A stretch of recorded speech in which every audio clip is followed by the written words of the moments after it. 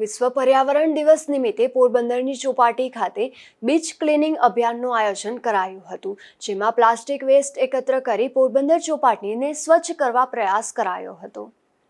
વિશ્વ પર્યાવરણ દિવસની ઉજવણીના ભાગરૂપે એન્ડિંગ પ્લાસ્ટિક પોલ્યુશન થીમના આધારે પોરબંદર શહેરમાં વિશેષ સ્વચ્છતા અભિયાનનું આયોજન કરવામાં આવ્યું હતું।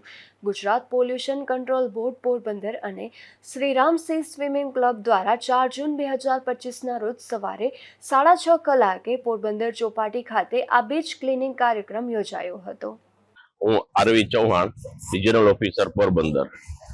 આજના જે કાર્યક્રમ વિશે વાત કરીએ તો 5 જૂન વિશ્વ પર્યાવરણ દિવસ અંતર્ગત આજે જે આપણે જે છે પોરબંદરના ચોપાટી ખાતે જે પ્લાસ્ટિક વેસ્ટ જે અહીંયા આશરે 1 કિલોમીટરના જે સ્ટ્રેચીસની અંદર પડેલો છે એ આપણે બધા જ જે શ્રી રામ સેવા સ્વિમિંગ ક્લબ તેમજ ગુજરાત પોલ્યુશન કંટ્રોલ બોર્ડ તેમજ ગેમી ગાંધીનગર ત્યાંથી પદાધિકારીઓ સ્ટાફ તેમજ પોરબંદર ના સંકલનના અધિકારીઓ ઉપસ્થિત રહ્યા છે અને એના સહિત અમે બધા જે છે એ ભેગો કરવાના છે।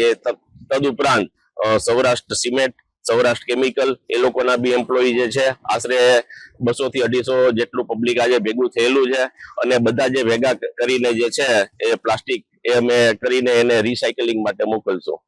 મિશન અંતર્ગત અને વિશ્વ પર્યાવરણ દિન 5મી જૂનના રોજ આવી રહ્યો છે, એના અભિયાન સ્વરૂપે 22 મેથી 5મી જૂન સુધીનું એક અભિયાન જે છે સરકારશ્રી દ્વારા ચલાવવામાં આવેલ છે।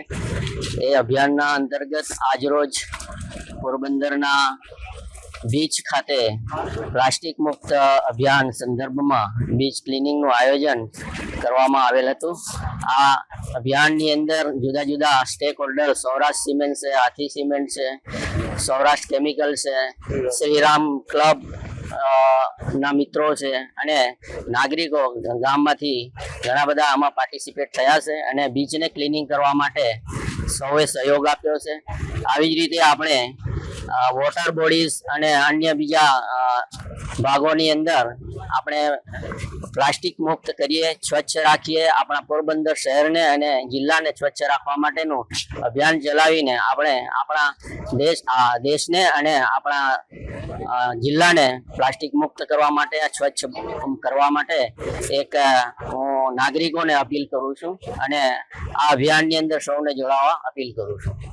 પોરબંદર ચોપાટી વિસ્તારમાં આશરે 1 કિલોમીટર જેટલા વિસ્તારમાં બીચ ક્લીનિંગ કાર્યક્રમ યોજાયો હતો, જેમાં આશરે 200 થી 250 જેટલા અધિકારીઓ, કર્મચારીઓ અને સ્વયંસેવકોએ ભાગ લઈને ચોપાટી બીચ પરથી પ્લાસ્ટિક કચરો એકત્રિત કર્યો હતો। તેને રિસાયકલિંગ માટે મોકલી દેવાની કામગીરી કરવામાં આવશે। અશોક થાનકી, ગુજરાત ન્યૂઝ, પોરબંદર।